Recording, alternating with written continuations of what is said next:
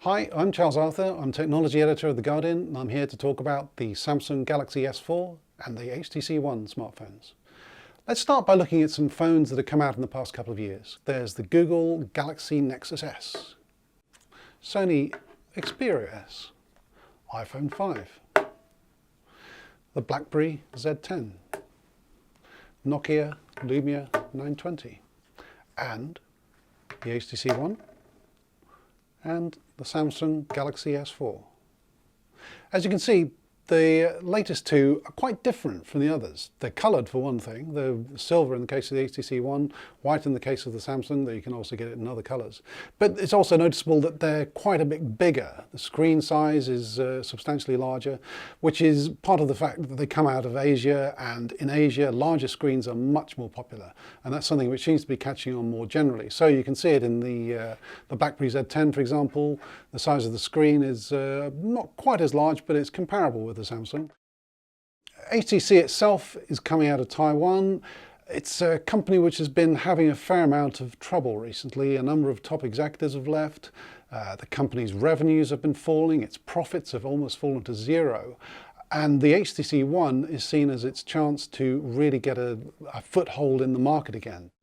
It's interesting to see what it's done here. It's going for a phone which is really high quality. This is a top-end device, really very much comparable with the GS4 and with the iPhone 5. It's priced about the same as well from the larger carriers.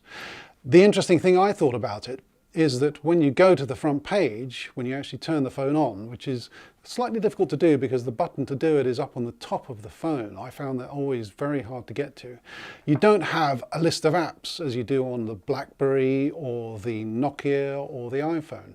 What instead you have is a whole set of news items, a sort of flipboard-like way of viewing news. So it's thinking about you wanting to look at content rather than news.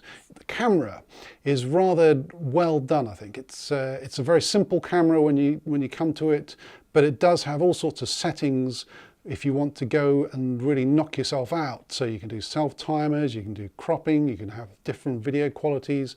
If you want to get semi-professional with your camera quality, then you can. Yet at the same time, it's got a very simple setting so that you really aren't going to overrun and get confused in what you're trying to do with it. As a phone, it's very effective, it's not too big, it's very light, it weighs about the same, I would say, as the iPhone 5. They're very much comparable in weight.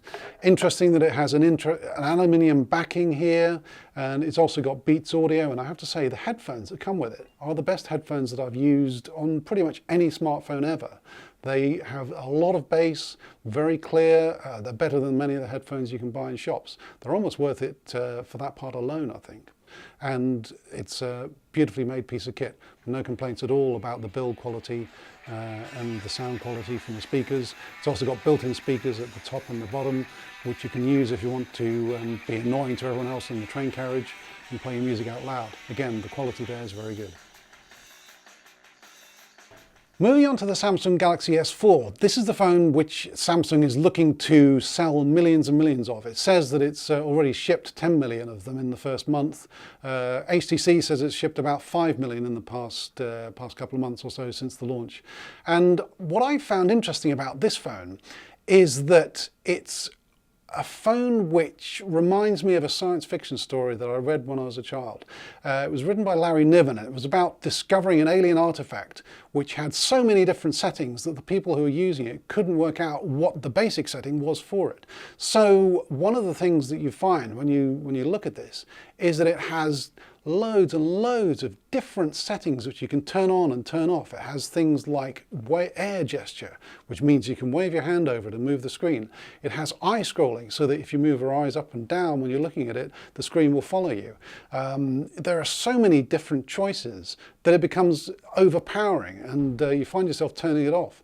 Samsung is packing so much in that you can easily get lost in the phone.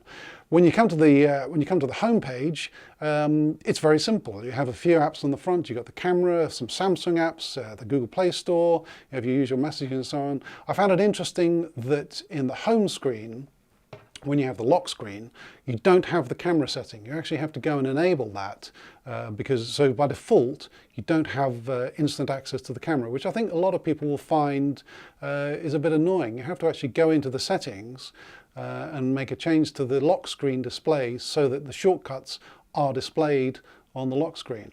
That to me seems like a bit of a mistake. One good thing about it in terms of the design, and something Samsung has had over HTC pretty much forever in my opinion, is that you can turn the phone on or off with a button at the side rather than at the top with the HTC One. But once you've enabled the shortcuts and the lock screen, then the camera is available to you straight away. But here again is a difference between HTC and Samsung. You have the camera, which looks as though it's pretty simple, but then if you go into the mode setting, you have a ream of different modes. You have automatic, you have what's called beauty face, you have the eraser one, you have animated, you have rich tone, you have so many that it becomes hard to know which you actually want. There's one called best photo. Well, what is it? It's a sort of burst shoot which will let you choose the best photograph from it. But would you choose between best photo or beauty face, or would you actually want to have eraser? You might find that each one is appropriate for the same scene, and the difficulty there is choosing between them. You get into a position where you have so much choice, it's hard actually to make a choice because there are multiple opportunities. And I think that that's, again, the area where Samsung is throwing so many things in that it can almost be overwhelming for the user.